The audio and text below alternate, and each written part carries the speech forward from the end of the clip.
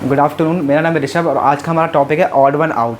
ये रीजनिंग का बहुत ही ज़्यादा इजी टॉपिक है, इस या फिर इसको हार्ड भी बोल सकते हैं। वो हमारी किस्मत पर डिपेंड करता है कि ये टॉपिक इजी है या हार्ड है, क्योंकि कभी कभार इसमें बहुत ज़्यादा इजी क्वेश्चन आते हैं और कभी कभार इसमें बहुत ज़्यादा हार्ड क्वेश्चन आते हैं। जैसे कि ऑड वन आउट क्या होता है, हमको 4 ऑप्शन दिए होंगे, option A, option B, option C और ऑप्शन डी। उसमें से ऑड कौन सा है, मतलब मान लो कि पहला ऑप्शन है, पहला ऑप्शन 4 है, दूसरा 9 है, 16 है और यहाँ पे है 26। अब ऑड कौन सा है इन सब में से? देखो, अगर देखें, पहला है हमारा 2 का स्क्वायर, दूसरा हमारा 3 का स्क्वायर, तीसरा हमारा 4 का स्क्वायर और चौथा किसी का भी स्क्वायर नहीं है। इसका मतलब ये ऑड है, मतलब इसमें हमको इम्पोस्टर का ढूंढना है। ये होता है हमारा ऑड वन आउट। अगर हमारी किस्मत अच्छी हो, इसमें आसान क्वेश्चन आ सकते हैं। जैसे अभी यही क्वेश्चन बोला मैंने, ये बहुत ही ईजी क्वेश्चन है, देख के से पता चल रहा है इसमें स्क्वायर के बारे में पूछा गया है। लेकिन अगर हमारी किस्मत बहुत ही ज़्यादा बेकार है तो फिर इसमें बहुत खतरनाक वोकैबुलरी के क्वेश्चन आ जाते हैं, या फिर बहुत ज़्यादा ज्योग्राफी के क्वेश्चन आ जाते हैं। जैसे कि हमारा पहला क्वेश्चन यहाँ पे गिवन है, in each of the following questions 4 words have been given of which 3 are alike in the same way and 1 is different. वही चीज़ें 3 सेम होंगे और 1 डिफरेंट होगा, हमको उसको बताना है कि डिफरेंट कौन सा है। यहाँ पे देखते हैं, पहला है हमारा डॉलर, डॉलर पता ही होगा, करेंसी है हमारी। सेकंड पैसो, ये भी करेंसी है। तीसरा है आउंस। आउंस क्या होता है? आउंस किसी भी चीज़ को मेज़र करने की यूनिट होती है। जो पाउंड होता है, पाउंड का 16th पार्ट होता है आउंस। तो फिर आउंस का हमारा मेजरिंग यूनिट है, यहीं पे पता चल चुका है। लेकिन फिर भी आखिरी ऑप्शन देखा था यूरो। डॉलर, पैसो और यूरो, ये तीनों हमारी करेंसी है, लेकिन जो हमारा आउंस है वो एक वेट को मेजर करने की यूनिट है। तो फिर सिंपल इसका आंसर हो जाएगा ऑप्शन 3। अगला क्वेश्चन हो गया हमारा, पहला ऑप्शन है ज्योमेट्री, दूसरा अलजेब्रा, तीसरा कैलकुलस और चौथा थर्मोडायनेमिक्स। तो फिर ज्योमेट्री, ये मैथ्स का टॉपिक है जिसमें सारे हमारे शेप्स आते हैं, ट्राइंगल, स्क्वायर, सर्कल, एंगल निकालना होता है या किसी को इसके इक्वल प्रूव करना होता है, ये पहले भी करा रखा है। और अलजेब्रा, इसमें हमारे सारे वेरिएबल्स आते हैं, एक्स स्क्वायर, जो क्वाड्रेटिक इक्वेशन की वगैरह वगैरह, ये सब हमारे अलजेब्रा में आते हैं।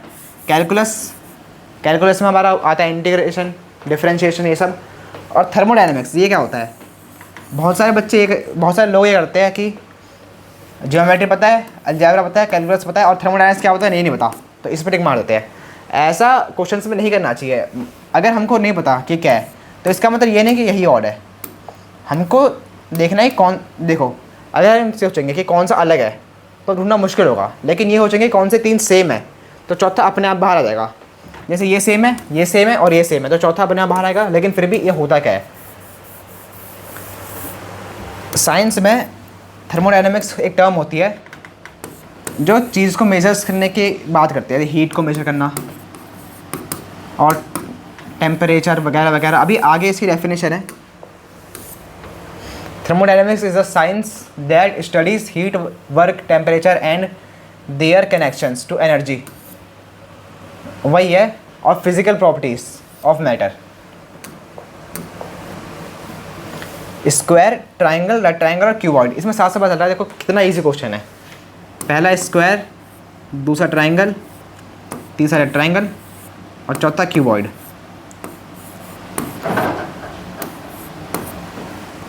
ये 2D है, ये भी 2D है, ये भी 2D है, बस ये इकलौती 3D है। अगर किस्मत अच्छी होती है तो ऐसे क्वेश्चन आ जाते हैं, लेकिन अगर किस्मत बेकार होती है तो बहुत ख़तरनाक क्वेश्चन आते हैं। ये हो गया फिश, स्नेक, क्रोकोडाइल और व्हेल। अब इसमें देखें तो जो ऑप्शन है वो बहुत ज़्यादा अलग अलग तरीके दिख रहे हैं। जो फिश है पानी में रहती है, स्नेक हो गया, इसके बारे में बात करते हैं अभी, क्रोकोडाइल हो गया और व्हेल हो गया। ज़्यादातर लोग क्या सोचेंगे कि फ़िश तो हमारा पानी में रहता है, क्रोकोडाइल बहुत ज़्यादा पानी में दिख जाते हैं, व्हेल भी पानी में दिख जाता है और ये स्नेक। या फिर ज़्यादा सोचेंगे कि पॉइजनस नहीं है, ये पॉइजनस नहीं है, ये भी पॉइजनस नहीं है, ये पॉइजनस है, दोबारा स्नेक लिख देंगे। और बहुत सारे लोग ये सोचेंगे कि ये रेंगता है, ये तैरती है, ये तैरती है और ये भी तैरता है। इसका आंसर इस वजह से देखें तो इसका आंसर स्नेक ही बनेगा। लेकिन अगर इसका ज़्यादा लॉजिकल वे से सोचे, जैसे फिश, ये अंडे देती है यानी एग ले करती है। अंडे को अंडे देना हम वो कहते हैं लेइंग एग। फिश अंडे देती है, स्नेक ये भी अंडे देता है, क्रोकोडाइल ये भी अंडे देता है। लेकिन जो वेल होती है वो अंडे नहीं देती, वो बच्चे देती है। इसलिए इसका आंसर हमारा 4 भी हो सकता, 4 हो सकता है। और इसका सही आंसर वैसे 4 ही होगा। All except well lay eggs, well के अलावा सारे अंडे देते हैं। Spoon, sword, knife, fork. Fork कांटा चम्मच जो होता है, जो ऐसा कुछ दिखता है। त्रिशूल बना दिए, चलो ड्राइंग को छोड़ते हैं। फोर्क सबको पता है क्या होता है, चम्मच होता है, इसके आगे कांटे लगे होते हैं, फ्रूट्स वगैरह खाते हैं उससे। नाइफ हो गया, सब्जी वब्जी काटते हैं। स्पून, स्पून चम्मच हो गया, इससे खाना खाते हैं। लेकिन स्वॉर्ड, स्पून का यूज़ किचन में हो सकता है, नाइफ का भी नाइफ का होता ही है, फोर्क का भी होता है, लेकिन स्वॉर्ड का यूज़ किचन में होना होता है। तो इसका तो आंसर सीधा दिख रहा है, इसका आंसर स्वॉर्ड ही होगा। कॉपर, आयरन, आयोडीन और tin.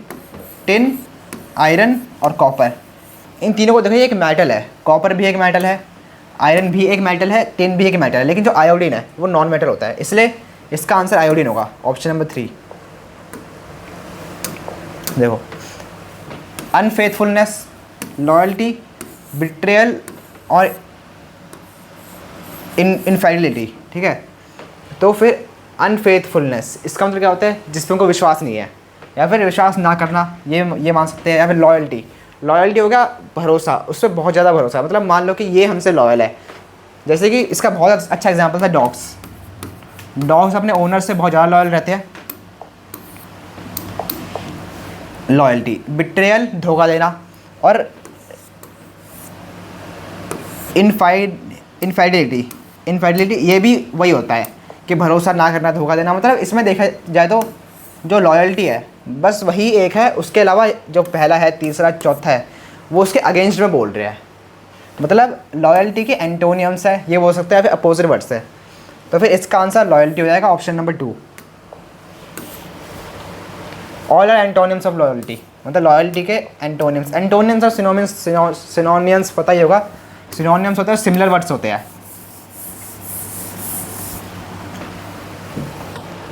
Cat, dog, fox, rabbit. अब इसमें कैट है, डॉग है, फॉक्स है और रैबिट है। अब इसका आंसर क्या होगा। पहले बिल्लियाँ, बिल्लियों को सब पालते हैं, घर में रखते हैं, डॉग को भी, रैबिट को भी, लेकिन कोई फॉक्स को नहीं रखता, क्योंकि फॉक्स डोमेस्टिक होती है। फॉक्स पेट करने का नहीं होती, वो हमें फॉक्स डोमेस्टिक होती है।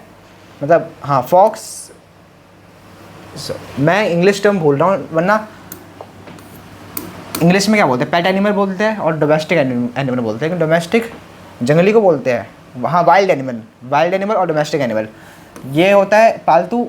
डॉग भी पालतू होता है, रैबिट पालतू होता है, लेकिन फॉक्स पालतू नहीं होता। इसलिए इसका आंसर होगा ऑप्शन नंबर C, या फिर 3 बोलो, जो भी बोलो। 18, 180, 48 और 150, ये जो क्वेश्चन होते हैं ऑल वन आउट के, ये बहुत तरीक़ों से आते हैं। या फिर इसमें तुमसे कोई चीज़ पूछेगी, या फिर कोई वोकैबुलरी पूछेंगे, या फिर ऐसे नंबर्स में आएंगे, या फिर तुम्हें अल्फ़ाबेट्स में आएंगे। अल्फ़ाबेट्स में जैसे एग्जांपल ले सकते हैं, पहला है AB, दूसरा है CD, तीसरा है YZ और चौथा है ZB। देखा है AB, एक के बाद A के बाद B आ रहा है, C के बाद D आ रहा है, Y के बाद Z आ रहा है, लेकिन Z के बाद B नहीं आ रहा। तो ये होगा, मतलब इसके जो ऑल वन आउट के क्वेश्चंस हैं, इसमें ऐसे होता है, किसी भी टाइप से पूछ सकते हैं। हम इसमें प्रेडिक्ट नहीं कर सकते कि इसमें ऐसे क्वेश्चन ही आएंगे। मतलब वैसे लिमिटेड ही होते हैं, लेकिन वो बहुत ही ज़्यादा प्रकार के बन जाते हैं। इसमें दिख रहा है पहला है 18, फिर 180, फिर 48 और 150। अगर देखा जाए तो फिर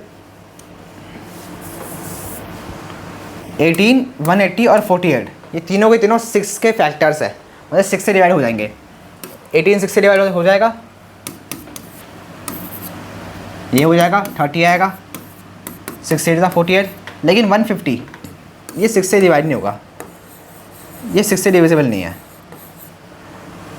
तो फिर इसका आंसर 180 होगा। मतलब जब भी हमारे नंबर्स के आते हैं ना, तो नंबर्स में हमको थोड़ी प्रॉब्लम हो जाती है, क्योंकि उसमें हमको नहीं पता कि किस वे में ये सिमिलर होंगे। जैसे देखो अब यहाँ पे ये 6 का रूट है, ठीक है, मान लो इसमें 3-4 नंबर और बढ़ा देता हूँ, तो फिर इसमें 13 का रूट बनता है, 17 का रूट बनता है, मतलब रूट नहीं सॉरी फैक्टर। तो फिर इसमें बस यही है, जितनी ज़्यादा प्रैक्टिस करेंगे उतना ही ज़्यादा अच्छे से आएंगे क्वेश्चन। अगला है in each of the following lion, tiger, leopard और चीता।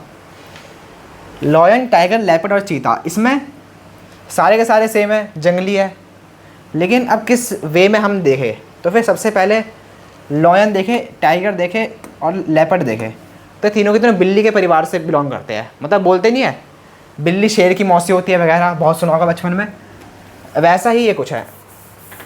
उसको कुछ कहते हैं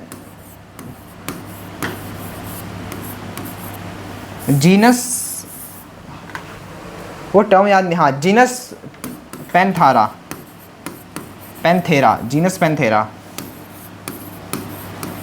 ये होता है, बिल्ली के परिवार का नाम है, बहुत खतरनाक नाम है वैसे, लेकिन देखा है तो लेपर्ड, टाइगर, लॉयन तीनों तो बिल्ली के परिवार से बिलोंग करते हैं, लेकिन जो चीता है वो इस परिवार का नहीं है, वो किसी और परिवार का है। तो फिर इसका आंसर डी होगा, cheetah, because it is the only that does not belong to the genus Panthera. मतलब ये इस परिवार का नाम है, ऐसा मान लो, जब होता नहीं है रानास होते हैं, खन्नास होते हैं, वैसे ही ये मान लो कि उसका परिवार का नाम है, परिवार जनरेशन का नाम है। एप्पल, बनाना, मैंगो और ऑरेंज। एप्पल, बनाना, मैंगो और ऑरेंज, इसमें देखा है तो एप्पल है, मैंगो है और ऑरेंज है, ये तीनों सिट्रस फ्रूट है। सिट्रस फ्रूट मतलब ऐसा जूस निकलता है, बहुत जगह देखा होगा बोलते हैं एप्पल का जूस ले लो, मैंगो का जूस ले लो, ऑरेंज का जूस ले लो, किसको भी ये बोलते देखा कि बनाना का जूस ले लो, नहीं, क्योंकि बनाना का जूस नहीं निकलता, बनाने का शेक बनते हैं। तो फिर वही है, सिट्रस फ्रूट का मतलब वही होता है जिनके अंदर फ्लैश होता है। फ्लैश मतलब उनमें वैसे वो हार्ड होंगे, लेकिन उनको खाएंगे तो उसके अंदर जब उनको खाएंगे तो फिर उनके अंदर जूस निकलेगा, वो सिट्रस फ्रूट है। बहुत ही आसान वे में मैंने एक्सप्लेन करने की कोशिश की है। तो फिर इसका आंसर होगा बनाना।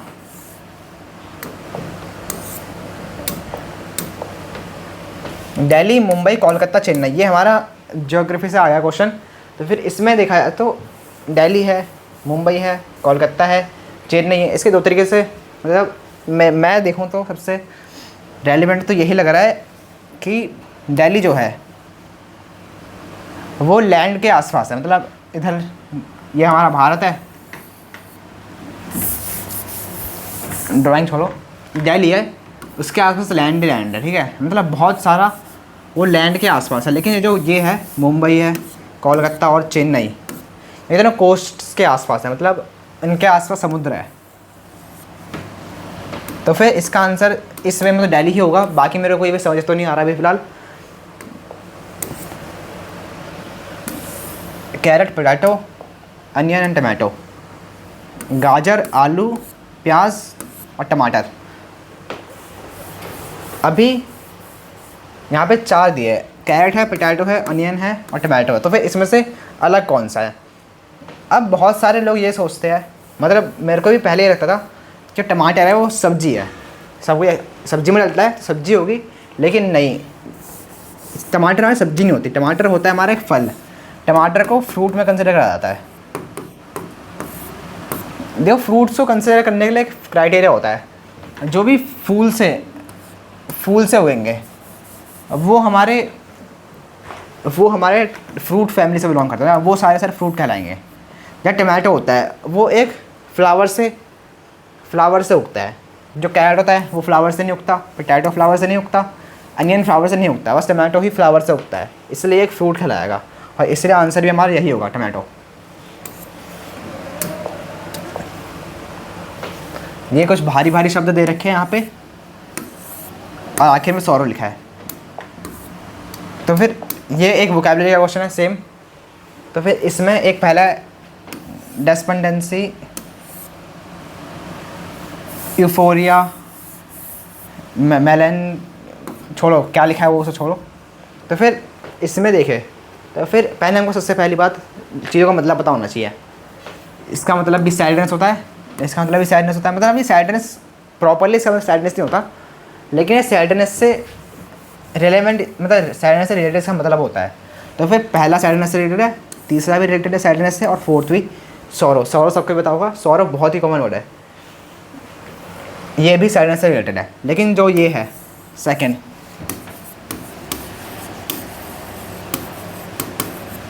इसका मतलब है हैप्पीनेस, मतलब एक्सट्रीम हैप्पीनेस, जब बहुत ही ज़्यादा खुश हो जाते हैं, मतलब कुछ ऐसा हो गया, मान लो किसी लॉटरी लग गई तो खुशी से पागल हो जाता है ना, उसी का वही है ये, वही है, यही है इसका मतलब। तो फिर इसका आंसर यही होगा, इसका होगा आंसर ऑप्शन बी, क्योंकि पहला भी सैडनेस से है, दूसरा तीसरा भी सैडनेस है, चौथा भी सैडनेस है, बस सेकंड ही हैप्पीनेस है। All the given words except ये नेगेटिव वर्ड्स, इसका भी मीन इंटेंस हैप्पी, देखो इसका मतलब होता है, वो होता है इंटेंस हैप्पीनेस, बाकी का सैडनेस होता है। ऑर्निथोलॉजी, एप्थम छोड़ो, ये क्या लिखा है इसे छोड़ो। लेकिन एक चीज़, जब यहाँ पे आखिर में लॉजी आता है, LOGY, तो फिर इसका मतलब किसी चीज़ की स्टडी के बारे में बात कर रहा है, मतलब मान लो किसी चीज़ की पढ़ाई कर रहा है, तो फिर तभी आखिर में लॉजी आता है।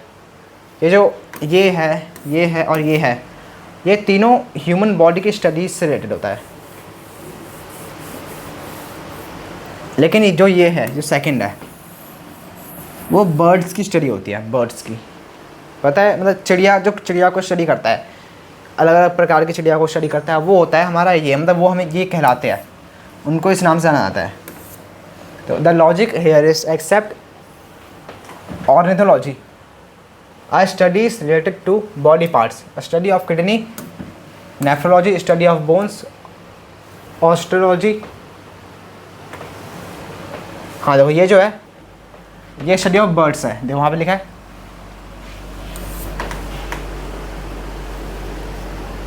सप्लीमेंट्री एंगल, नहीं सॉरी, ये ऑर्निथोलॉजी जो है हमारा वो बर्ड्स की स्टडी है, बाकी सारे हमारे बॉडी पार्ट की स्टडी है।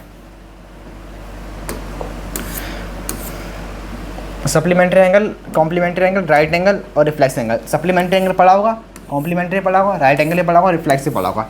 तो सप्लीमेंट्री एंगल क्या होता है, कॉम्प्लीमेंट्री एंगल क्या होता है, राइट एंगल क्या होता है, अगर याद करें तो फिर याद आ जाएगा कि जो ये सप्लीमेंट्री, कॉम्प्लीमेंट्री, राइट एंगल होता है वो 180 से नीचे होता है, 180 से कम ही होता है, कुछ भी कर ले।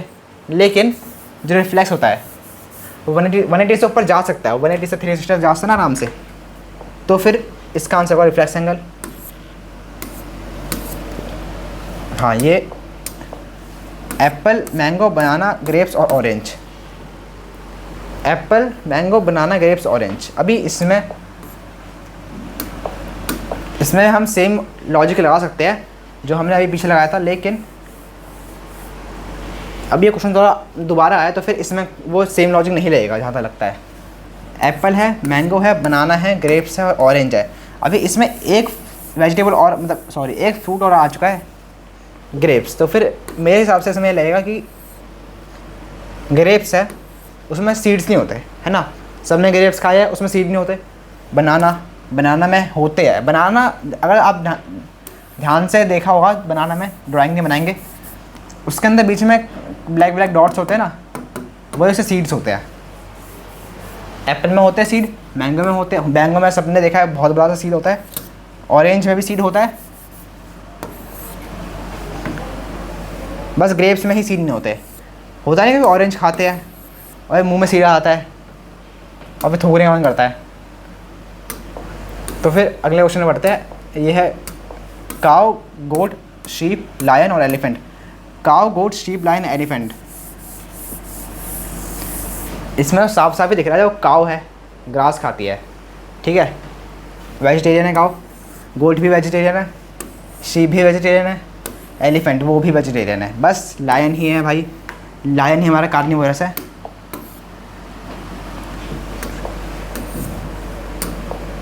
पैरट, बैट, क्रो, स्पैरो और pigeon. Parrot, bat, crow, sparrow, pigeon. Parrot हमारा तोता हो गया, क्रो कौवा, स्पैरो, गौरिया बोलते हैं इसको या चिड़िया बोलते हैं, वो अभी क्लियर नहीं, लेकिन हाँ वो है, चिड़िया के कैटेगरी में आती है। पिजन कबूतर हो गया। लेकिन बैट को कभी ध्यान दिया होगा आपने तो फिर ये देखा है कि उसकी कोई चोंच नहीं होती। इन सबकी चोंच होती है, उसकी चोंच नहीं होती, उसकी शक्ल चूहे से लगती है देखने में, क्योंकि वो एक मैमल है। ये सब बर्ड्स है, लेकिन जो हमारा बैट है वो एक मैमल है। या फिर ये ले लो कि बैट एक मैमल है, ये लॉजिक लगा लो, या फिर ये लॉजिक लगा लो कि बैट की चोंच नहीं होती। दोनों में जो लॉजिक आपको सही लग रहा है वो लगा लो, लेकिन आंसर जो है वो हमारा बैट ही होगा।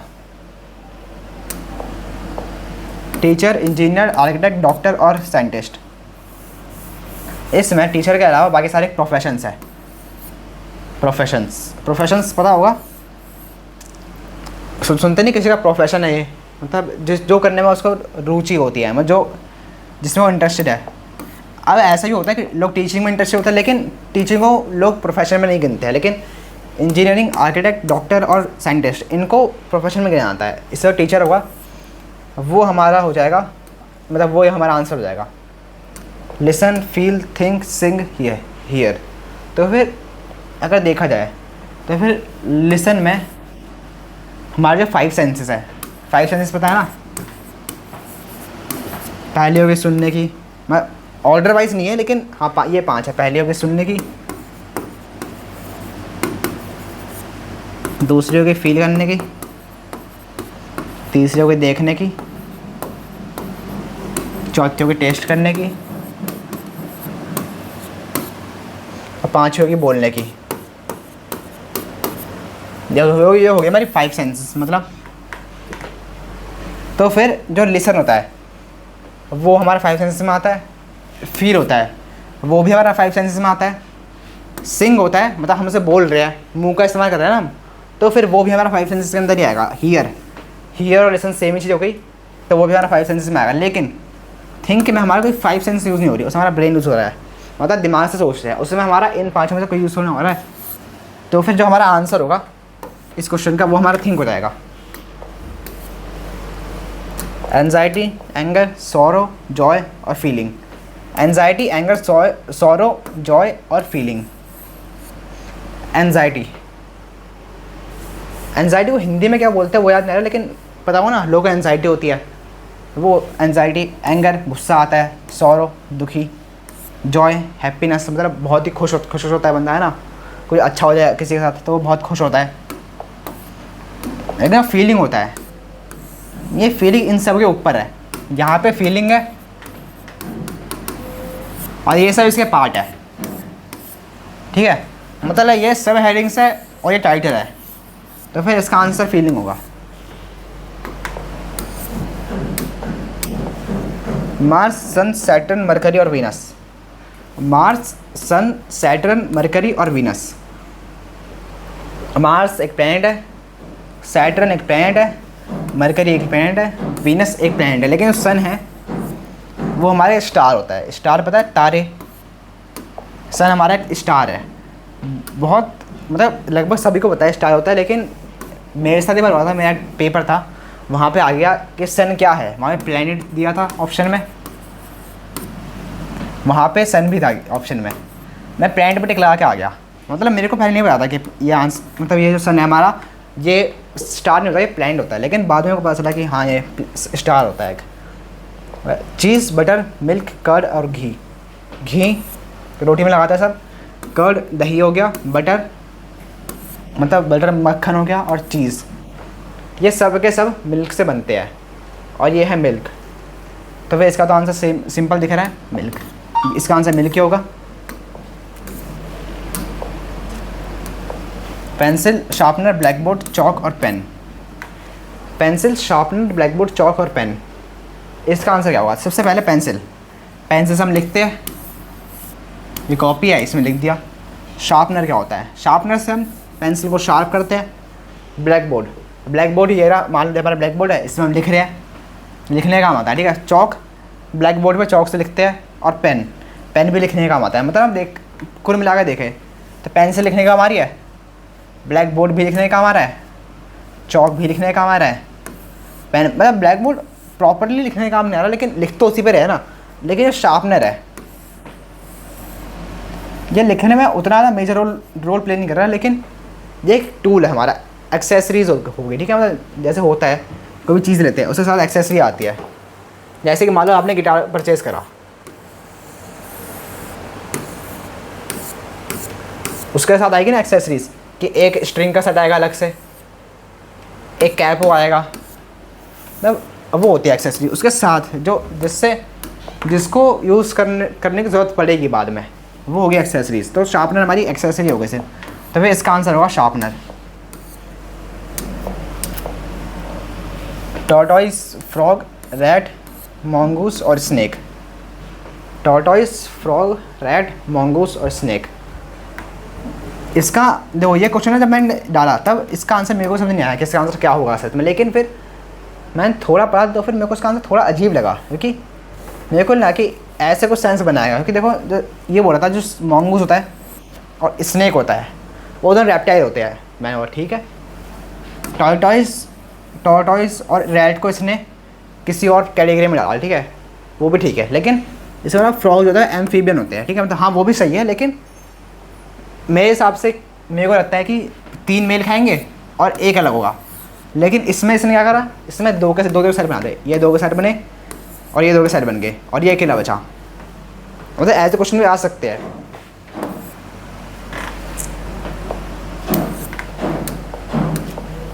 टमाटो, कैरेट, जिंजर, पोटैटो और टर्मरिक। सेम दोबारा वही क्वेश्चन आएगा, टमाटो, कैरेट, पोटैटो, जिंजर और टर्मरिक। इसका आंसर भी वही है, टमाटो फ्रूट है, vegetable vegetable vegetable vegetable. Turmeric turmeric जो होती है हमारी स्पाइसेस होती है, तो मेरे हिसाब से इसका वो होगा ग्राउंड के अंदर उगते हैं सब, ये सब ग्राउंड के अंदर उगते हैं और ये ग्राउंड के ऊपर उगते हैं, मतलब होता नहीं ऊपर उगते हैं प्लांट के, वैसे ही है कुछ।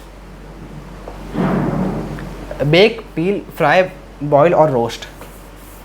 बेक क्या होता है, होता नहीं अवन होता है या माइक्रोवेव, जो भी खाना होता है, जो भी कहोगे, तो फिर उसके अंदर हम कुछ भी डालते हैं, केक बेक करते हैं या फिर कुछ और चीज़ बेक करते हैं। पील, आलू छिलना, मतलब पील होता है किसी को छिलना, किसी छिलका उतारना। ऑरेंज होता है उसका भी छिलका उतारता है। फ्राई, तेल में फ्राई करते हैं, मतलब जब कढ़ाई भर के तेल ले लिया उसमें, मतलब पकौड़े बनते हैं ना, पकौड़ों को फ्राई तो करते हैं, बस इतना बताना ज़रूरी है। और बॉयल आलू उबलते हैं, वैसे ही वही हो गया बॉयल। और रोस्ट होता है जब आग के ऊपर करते हैं, मतलब आग के ऊपर कुछ पकाते हैं तो उसको रोस्ट में गिनते हैं। तो फिर कुल मिला के देखा जाए तो बेक, फ्राई, बॉयल और रोस्ट, इन सब से खाना पकता है, ठीक है। मतलब अगर हम एक आलू का एग्जांपल लेते हैं, आलू को हमने बेक करा, डाला ओवन में, बाहर निकालने के पक गया, खा लिया, ठीक है। फ्राई करेंगे हम आलू को लिया, फ्राई करा, निकाला, खा लिया, ठीक है, वो उससे भी आलू पक जाएगा। बॉयल से तो आलू पकता ही है, मोस्ट कॉमन, मतलब ज़्यादा लोग यही करते हैं, बॉयल कर लेते सीधा। और रोस्ट करेंगे, आलू को आग में डालेंगे, वो बाहर आएगा, पक जाएगा, ठीक है। लेकिन जो पील होता है, पील कोई पकाने की प्रोसेस नहीं है, पील हम पकाने से पहले कर सकते हैं, पकाने के बाद भी कर सकते हैं, वो हमारी मर्जी होती है। मतलब पील है उससे खाना पकेगा नहीं, लेकिन इन सब से खाना पकेगा, ठीक है। ये जो कोई भी फूड है उसको कुक करने की प्रोसेस होती है, तो फिर इसका आंसर हमारा पील हो जाएगा। टाइगर, डॉल्फिन, ज़ेब्रा, लॉयन और crocodile. Tiger, dolphin, zebra, lion और crocodile.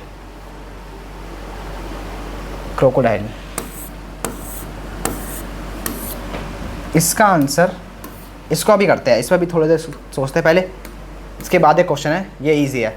Indigo, orange, yellow, pink, green. Rainbow होता है, उसमें 7 कलर होते हैं, इंडिगो होता है उसमें, ऑरेंज होता है, येलो होता है, ग्रीन होता है, ये पिंक नहीं होता, इसका आंसर पिंक होगा। अब इसको देखते हैं एक बार, यह है टाइगर, डॉल्फिन, ज़ेब्रा, लॉयन और क्रोकोडाइल। इसमें क्रोकोडाइल जो है,